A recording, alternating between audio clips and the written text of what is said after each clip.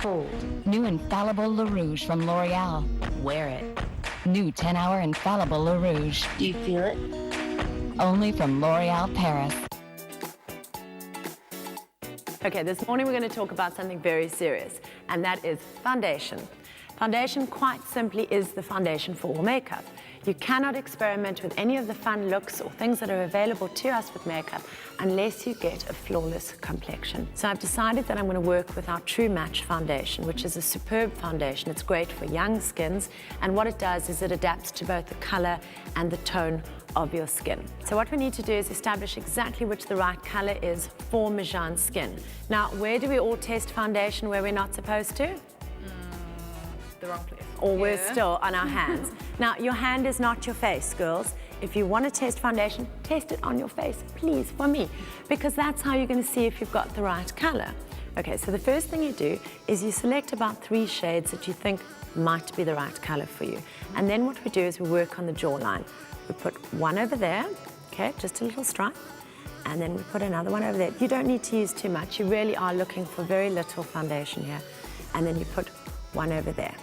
Then what you need to do is you need to go into daylight and see which one of these colors best disappears into your skin. Because what we're trying to do is we're not trying to correct the skin, we're simply trying to perfect the skin. If we blend that one off, we have a near perfect true match. We're going to go into application now. And just a couple of words of advice. I think we often tend to feel that we need to cover our whole face. We don't need to do that. My philosophy is cover the bits that need covering, leave the bits that don't. The secret is in blending, and the secret is in the right product selection. So what I'm going to do, you'll see that I'm working with a brush. You can use your fingertips, and the thing to remember here is that you don't need masses of product. If you look at Mijan's face and any of our faces, you'll see that most of our imperfection lies through the T-panel. So we'll notice a little bit of redness on the chin, around the nose, a little bit of darkness under the eyes, and then occasionally a little bit of redness or mottling between the eyebrows. So that is where we start foundation, in the center of the face, not from the outside of the face. And we're going to go right into the inner corners here. I'm using my fingertips, as you can see, in a patting and stippling motion and blending off as we go. We love to put foundation onto the eyelids. The reason being is that the skin is very, very vascular and shows up as being quite red or sometimes purple. If you have any little imperfections, just spot cover them, just with a little dab of foundation and blend off the edges. Okay, so moving on to powder. Powder has a number of functions.